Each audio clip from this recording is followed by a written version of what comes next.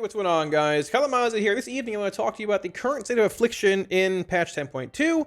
I guess more so the problems with Affliction in 10.2, in hopes of getting things looked at, maybe addressed heading into 11.0 alpha, which is Warcraft alpha, and things in the next few months. Now, we do indeed have beta coming up. I'd venture to guess in probably 2.5-ish months, but Warcraft alpha is supposed to hit before Faded, and I want to get the ball rolling on this because AF is pretty solid in certain ways, but at the same time, a bit different, a bit, maybe I wouldn't say subpar. It needs some help in certain areas. It doesn't have that universal profile that a lot of specs do. So with that being said, let's get right on into it. So when it comes to Affliction in, I guess, current Dragonflight and looking ahead to realistically 11.0 Warcraft and Alpha and all that, I'm going to say off the bat, there's the Rapture playstyle and there's the Unstable Affliction Soul Shard Spender playstyle. You might like one, you might like the other. I get it. That's been an argument we've had for the past 5 years. I understand people like one, people like the other. I just play the game. Now, I do think that Malefic Rapture, the Shard Spending Rapture version, has a better damage profile in certain ways than the UA Spender did, but at the same time, it can be said for both versions of AF, right? I mean, Rapture, you can put up your dots, spam multiple Raptures, and dump damage into a Prio mob pretty quickly via those Rapture dumps, right? Back in the day, UA AF couldn't do it as quickly because you had to stack multiple UAs. They would tick for 18 seconds, I think, roughly, and then, you know, that would do the full damage, right? Now, obviously, like, currently dots, like Agony, Corruption, Siphon Life, UA, all that, they buff your Raptures, more dots, more Rapture damage, so similar but different damage profiles. You did have Deathbolt back in the day with Dark Lair extensions for, like, that burst at the start. That was nerfed multiple times.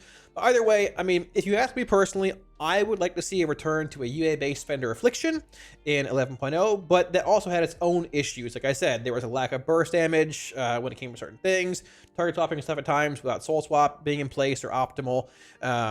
You did have that nice scenario of having just, you know, UA as your spender in single target, or, you know, council, whatever you wanted, and then Seed and So being your AoE spell. There's no weird, like, all right, Rapture's, you know, single target based, but also can be used in multi-target. There's also Seed and So that can be used in multi-target, right? So I feel like just in general, with the issues that AF has, we're going to get into in a minute here, I feel like it'd be a little easier to maybe address in things if we are back to Unstable Affliction as your spender. Either way, putting that aside, we're going to hit more on what Rapture does now and what they can change to Rapture and things also if they want to do that, looking at 11.0 more within. So, I mean, like, initial talents here, Seed, So they're all fine for the most part. We're going to go down the tree, just hit on, like, nodes are important, I think. The first one is Agonizing Corruption. This ability is pretty cool. I liked it when it was spoiled in alpha and beta. Unfortunately, it's never been played really anywhere at all, ever. It's a cool ability. Agony stacks faster and all that, but in the end, Agony is not a huge part of your damage. And plus, it's Seed and Doom Blossom and all the other effects, right? And even if it was, I mean, like, having a stack faster wouldn't be like the end-all, be-all, like, insane talent, right? I would love a change to Agonizing Corruption to, instead of giving you, like, another stack of Seed or Agony whenever you cast Seed and 3 with So, to actually extend the duration of Agony and Corruption by, let's say, half a second at rank 1 and 1 second at rank 2. Maybe you could do a quarter and a half because you'd have, like, So that'd be basically what, like, a, you know, half, like 0.75 seconds and second and a half per seed cast with So, essentially, you know, with 3 seeds. Either way, give us a way to maintain Agony, I guess Corruption if you're, you know, playing Siphon for whatever reason, permanently. And plus, outside of casting, you know, Vile Taint, which you can't cast every time to refresh Agonies permanently because it's half-a-minute cooldown, right? Yes, you typically play SL and Plus. I mean, Agony and Corruption are both, you know, not permanent. But I mean, at the same time, spamming Seed, for the most part, maintains damn near permanent Corruption. But either way, having your Agonies fall in between Vile Taints feels really bad. So making this like an Agony, Corruption, duration extension talent would be cool. It would actually be awesome. I think it would go a very long way in Plus, and it sort of makes sense. Like, Rapture feeds into Seed, feeds into So, and if you want this ability, which is relevant, you have to spend, you know, 1, 2, 3, basically, you know, well, I guess 4 to 5 points getting down here, right? It's an investment, but it's worth it. I would think so. Vile Taint being half a minute, obviously, like, it used to be 20 for Shadowlands, I believe, BFA as well.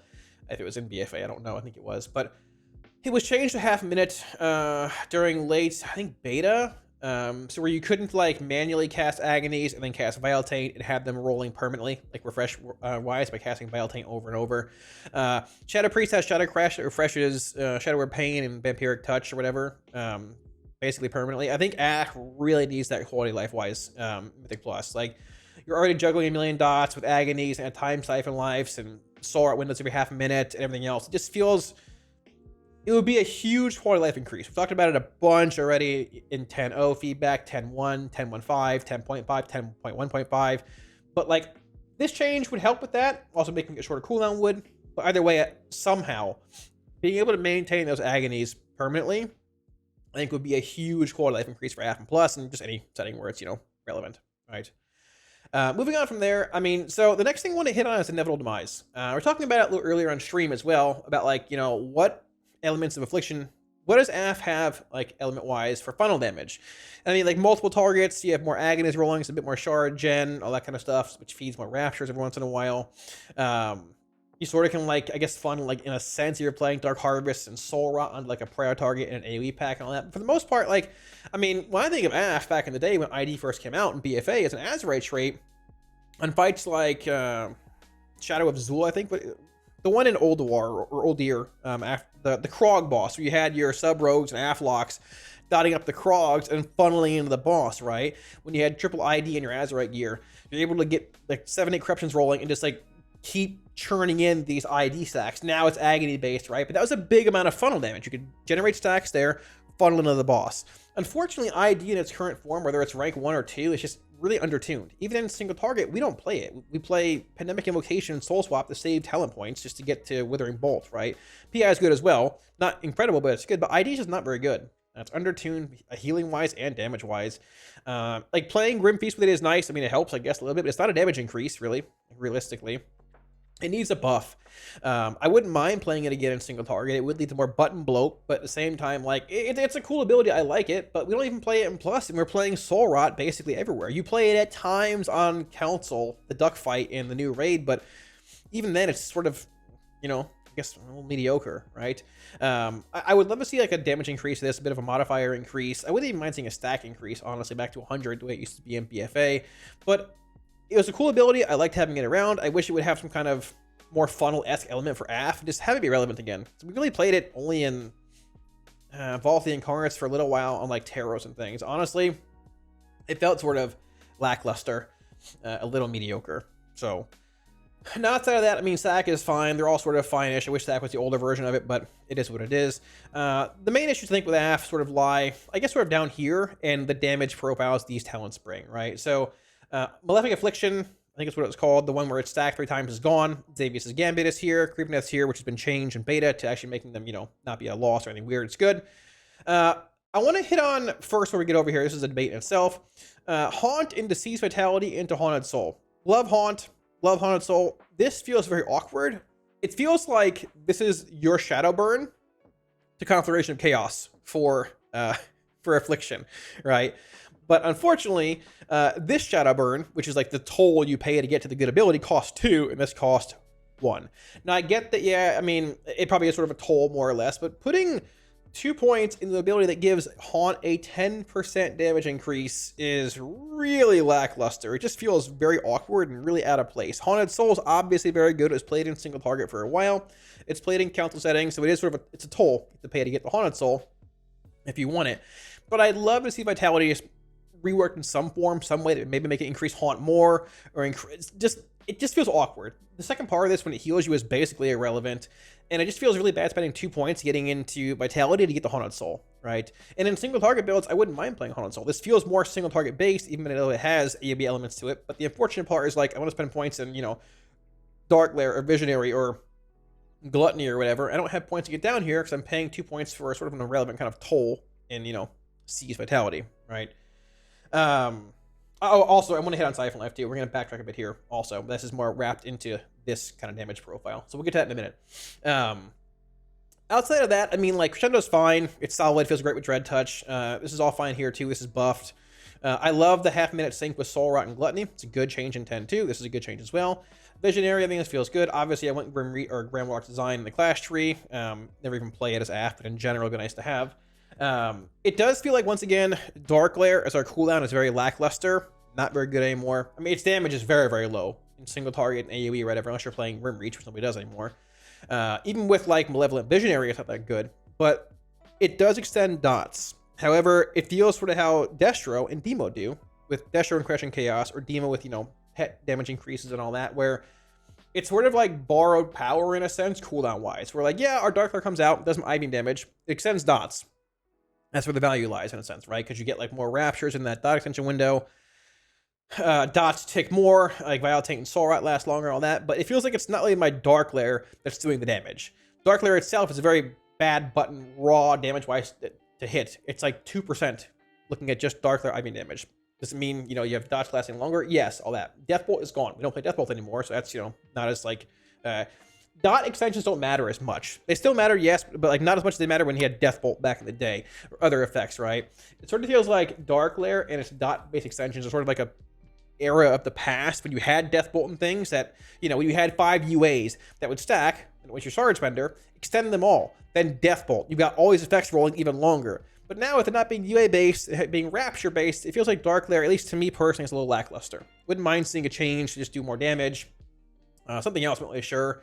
Like, I like the dot extension, it's fine. It just feels like it's not as good or doesn't fit this current version of Aff with Rapture, as well as the other version did when you had UA Spenders and Deathbolt and all of that, right? But in general, Dark Lair feels bad to hit. There are some builds not even playing anymore in certain fights in the raid again, and having your main cooldown not be played in content, there is an issue there. So hopefully that's addressed, looked at some point, but, you know, we'll figure that out and we'll go from there. Now, I didn't forget Siphon Life, like I said. I wanted to sort of hit on this down here, Doom Blossom versus Dread Touch, and we'll loop Siphon Life AC back in, right? We talked about Unstable Affliction being your Soul Shard Spender and things. I think the biggest issue with Aff right now, when it comes to Mythic Plus, or just like AoE versus single target, is you're sort of in a spot where you have to choose, I'm going to do big AoE with Doom Blossom and have subpar single target, or I'm going to do single target and not have Doom Blossom, so my AoE is like sort of mediocre. And I firmly stand by this. If you're playing Dread Touch and Plus as Affliction, unless you only play Aff, if you do, that's fine. But if you can play Demo or Destro, and you're playing Aff with Dread Touch, just play a different spec. Play Demo, play Destro, because you're just hurting everything else. There's no reason to play Aff with Dread Touch and Plus unless you're an Aff-only Warlock. And if you are, that's okay, but at the same time, Doom Blossom, even on tyrannical weeks, is still, you know, pretty relevant, right? It's basically more seed damage, is what it is, right? But the fact of the matter is, if you choose to play a build like this, whatever I'm even playing here, and you forego playing, you know, Crescendo at times, or you forego playing other abilities here and there, there's a mix of things that are being played too. Some play this, some play this, some play a handful of things, right? But in general, if you're playing Doom Blossom and playing a point in Dark Harvest and things, you had that really strong AoE profile every half minute. Soul Rot, half a minute with Dark Harvest, with Doom Blossom, Seed Spam, being fueled by your tier bonus, being half a minute cooldown, giving you those huge seeds, big Doom Blossom damage, all that. But then you come into a single target fight and have no damage at all, because you're not playing Dread Touch, you're not playing Vital or Haunted Soul, you're not playing Crescendo. Even if you are playing Crescendo, you're not playing, you know, points in Virtuosity or things in Pandemic Invocation. And, like, at times, looking at Destro or Demo, they also forego some abilities in single target, you know, which is fine for that more, like, universal profile. But Demo still has good single target while playing cleave-based elements. Destro has solid single target while playing cleave-based elements. Aff doesn't have that same profile. You're playing Siphon Life Mythic Plus partially because, number one, you want more single target. And the way Rapture works, whether it's single target, Counselor, or AoE, the more raw dot effects you have on your target, the more damage Rapture will do. You still spam Seed and So and Plus, or, you know, AoE and things, but you, like in 2 target, 1 target, Siphon Life, more raw dots, more Rapture damage. Absolute Corruption at the same time. In Plus, I mean, you're spamming Seeds, so it's sort of permanent regardless. But either way, for a long time, this is played in Plus, more Corruption damage and all that. We've played basically Siphon Life the entire expansion in Plus. Even on council-based fights. I'm trying to think back when I last played Absolute Corruption with Rapture being a thing. It's been a long time. Barring just padding, it might have been like Castle Nathria on like the dance boss, but I played Siphon Life in Prague. So once again, more funnel damage, more Rapture damage on prior mobs, right?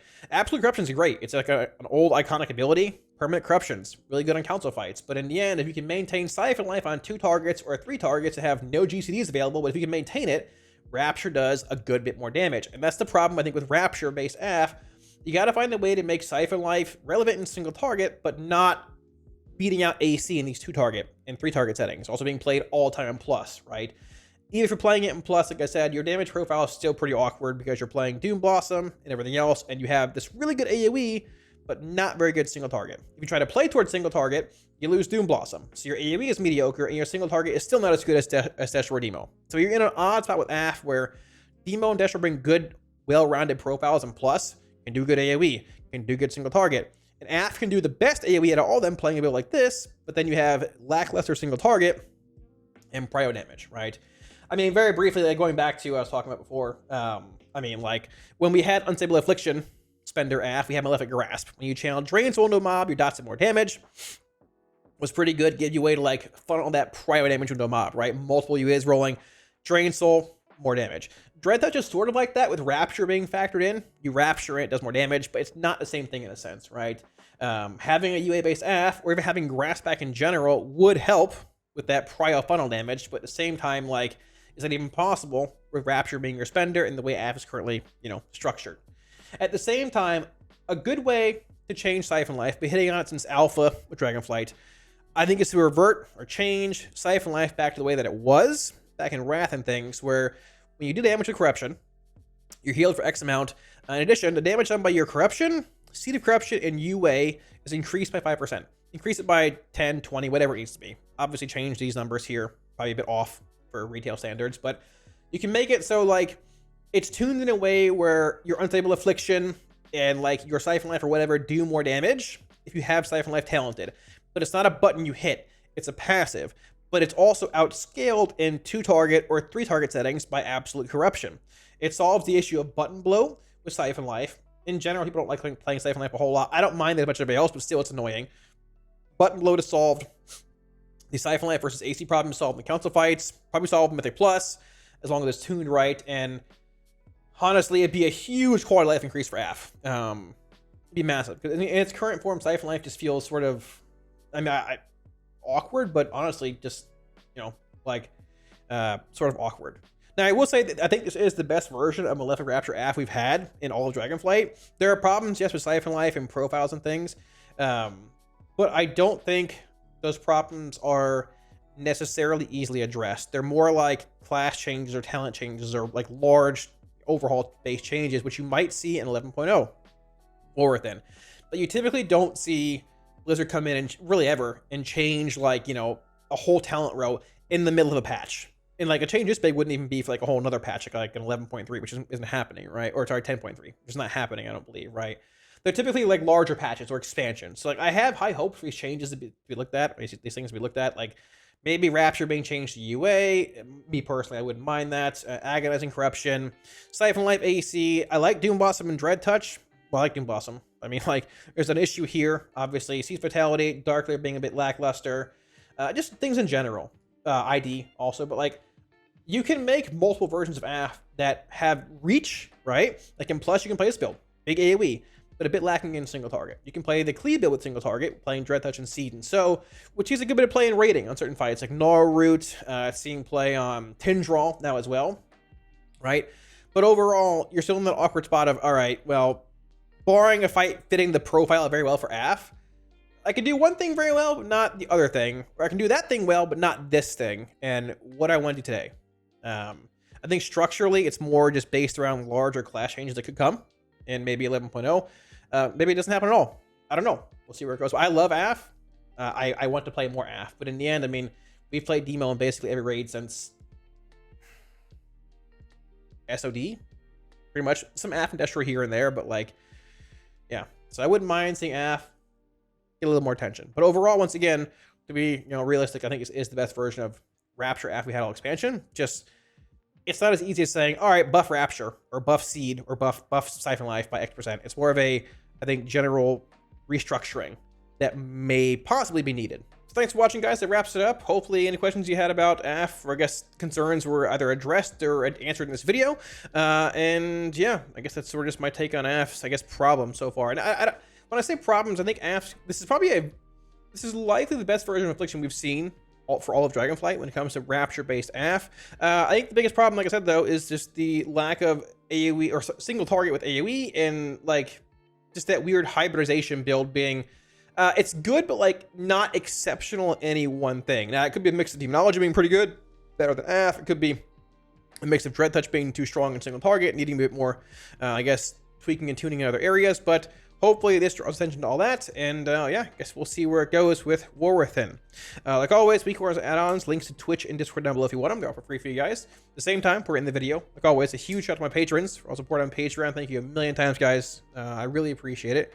If you're looking at supporting on Patreon, should be a link up here, as well as down below in the video description.